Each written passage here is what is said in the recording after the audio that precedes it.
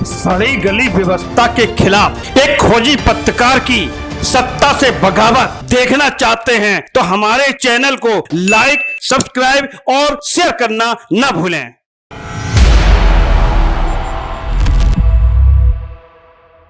कांग्रेस के राष्ट्रीय अध्यक्ष मल्लिकार्जुन खड़गे ने कर्नाटक में जो मुख्यमंत्री पद को लेकर के खींचातानी का दौर चल रहा है, वहां जो सरकार में एक असमंजस के हालात देखने को मिल रहे हैं, उस पर एक बयान दिया।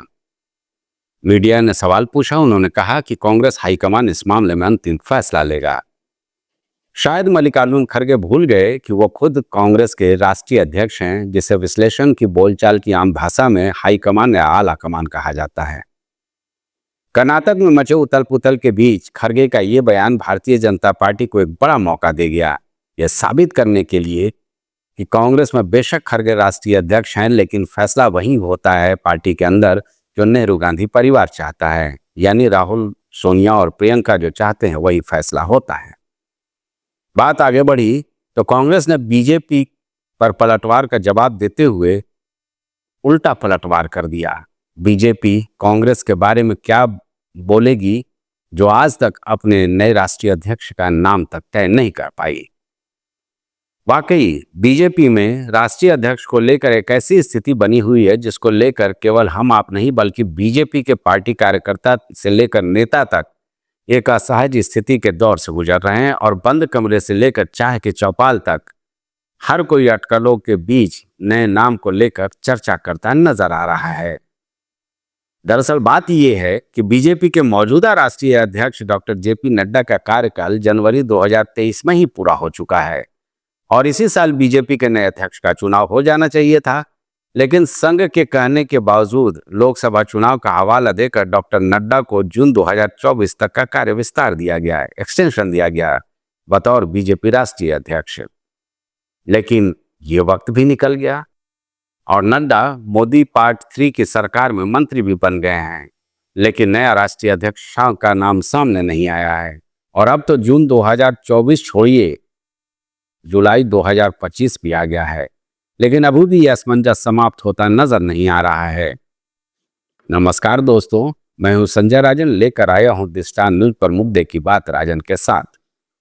वाकई भारतीय जनता पार्टी में ऐसे हालात शायद ही कभी रहे हों जब कार्यकाल समाप्ति के 2 साल बाद भी नए राष्ट्रीय अध्यक्ष का चुनाव नहीं हो पाया है, और खासकर तब जब डॉक्टर नड्डा खुद नागपुर संघ कार्यालय जाकर संघ प्रमुख मोहन भागवत से अनुरोध कर चुके हैं।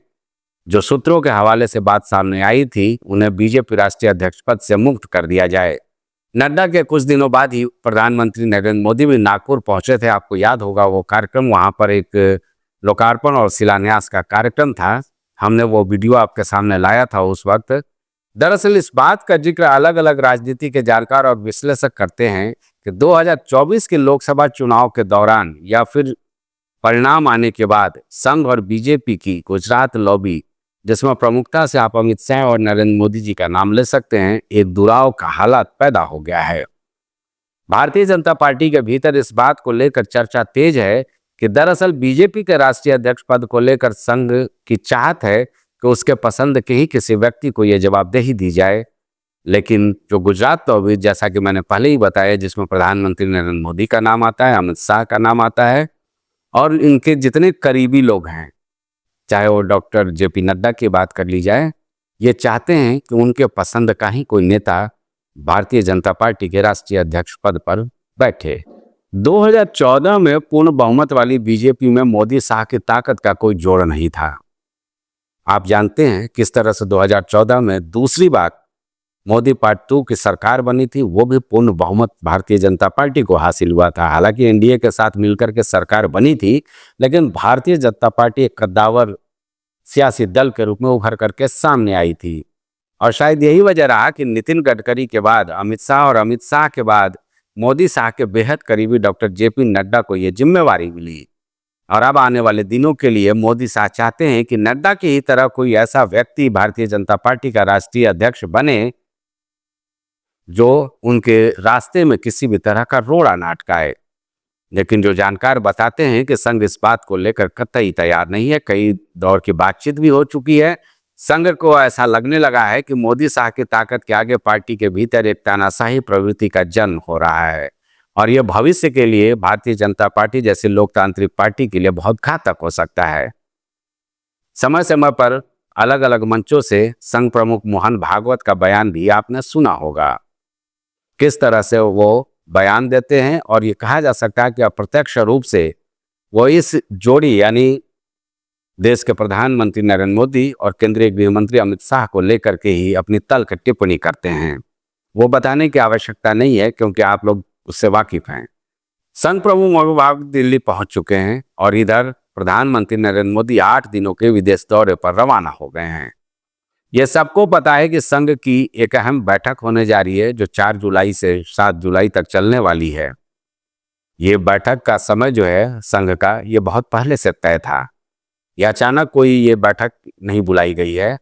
यह सबको पता है कि संघ की बैठक को लेकर के किस तरह की गतिविधियां दिल्ली में चल रही हैं। यह अहम बैठक है, उसमें प्रधानमंत्री को किसी एक दिन तो शामिल होना ही चाहिए था, लेकिन ऐसा नहीं हो रहा है। कुछ असाध्य स्थिति है क्योंकि देश भर के प्रांत रक्षक दिल्ली पहुंच रहे हैं और 4 से 4 जुलाई से लेकर के 7 जुलाई तक ये दिल्ली में मंथन का दौर चलना है। हालांकि मैं औरों की तरह ये नहीं कहूँगा कि बिल्कुल पीएम मोदी इस संघ से किनारा कर रहे हैं और शायद इसलिए वो अपना अब तक का सबसे लंबा दौरा लेकर विदेश निकल चुके हैं। कुछ विश्लेषक बेशक ये कहते न पाए जा रहे हैं कि ये दौरा इसलिए लगाया गया कि जब संघ प्रमुख अपने सबसे बड़ी और अहम बैठक करके दिल्ली से रवाना हो जाएं, तब प्रधानमंत्री की दिल्ली वापसी हो, क्योंकि यह हो सकता है कि संघ की इस बैठक में ही बीजेपी के नए राष्ट्रीय अध्यक्ष को लेकर चर्चा की जाती और फिर सरकार के मुखिया को बुलाकर संघ प्रमुख इसकी जानकारी दे देते।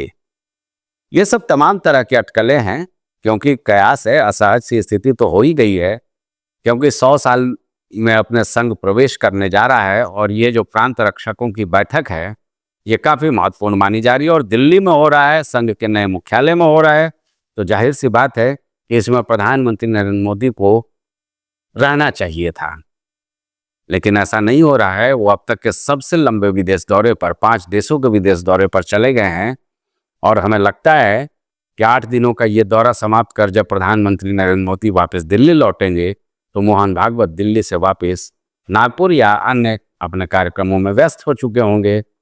हालांकि ये कहा जा सकता है कि संघ अगर अपने आप पर आ जाए तो मौजूदा कार्यकारी राष्ट्रीय अध्यक्ष नड्डा को ही बुलाकर ये जानकारी दे सकता है, लेकिन संघ ऐसा नहीं कर पाएगा क्योंकि जैसे कांग्रेस के लिए नेहरू गांधी परिवार ही सब कुछ है, वैसे ही संघ पर भी ये आरोप लगता है कि संघ बीजेपी संगठन को लेकर जब जो चाहे फैसला करता है और वही मान्य होता है। दरअसल 2014 तक बीजेपी की केंद्र में बहुमत का आंकड़ा हासिल करने से सरकार के पास बहुत ताकत रही, लेकिन पिछले लोकसभा चुनाव यानी 2024 की बात कर ली जाए तो ये आंकड़ा 240 तक ही सिमट गया और फिर नीतीश बाबू और चंद्रबाबू नायडू के सहयोग से केंद्र में सरकार बनाने के बाद ये ताकत जो है मोदी और शाह की कमतर हुई है। इसके अलावा कई ऐसे पहलू हैं, मसलन आर्थिक और विदेश नीति का कमजोर हो पड़ना, अमेरिका का लगातार भारत पर पड़ता धौंस जिसे लेकर संघ ही नहीं बल्कि पार्टी के भीतर भी एक धड़ा अक्सर ये चर्चा करता हुआ पाया जा रहा है।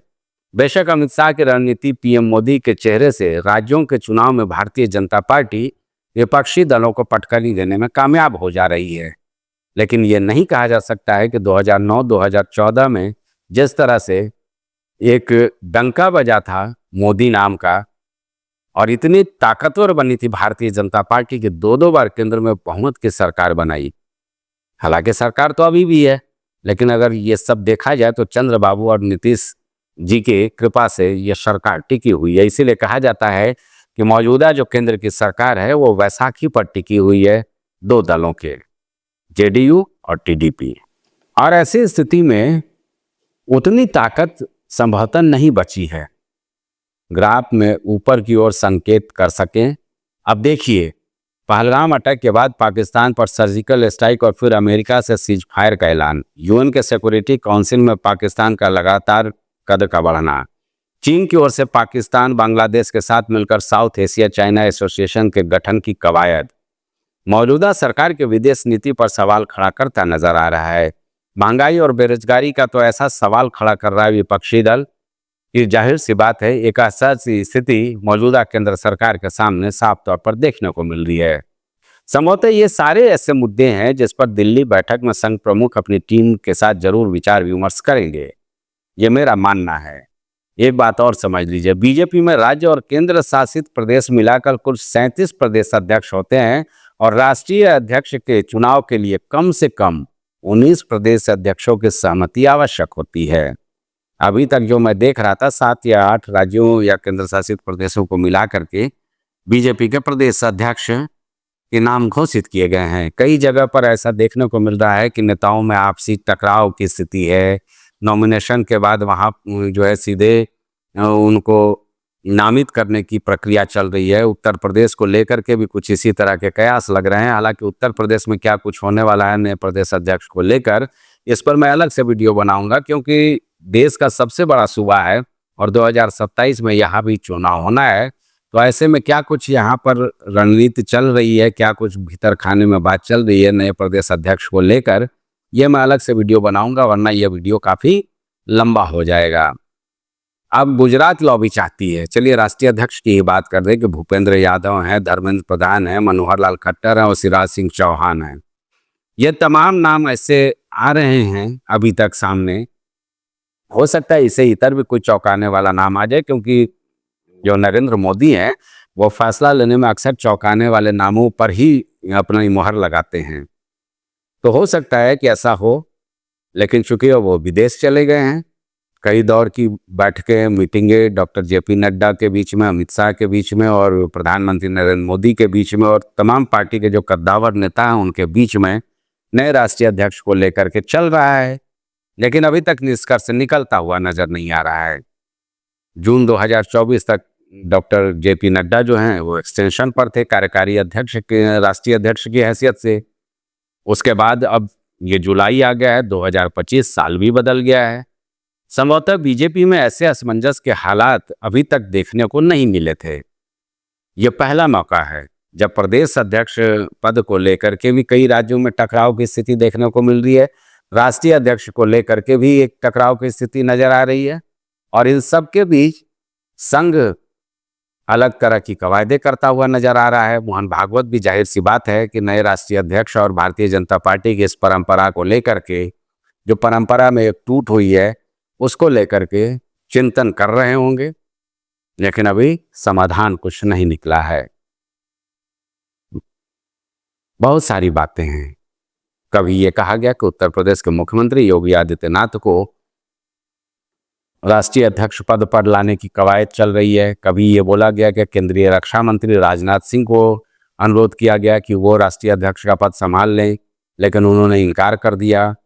हालांकि अभी क्या कुछ होता है सियासत में कुछ कहा नहीं जा सकता है, क्योंकि निश्चित तौर पर गुजरात लॉबी ये चाहेगी कि किसी भी कीमत पर उनके जो करीबी हैं उनका ही नाम राष्ट्रीय अध्यक्ष पर घोषित किया जाए या वही चुनाव लड़ें, जिससे कि जो अमित शाह या मोदी की जोड़ी है उनके राह में किसी भी तरह की कोई बाधा ना आने पाए।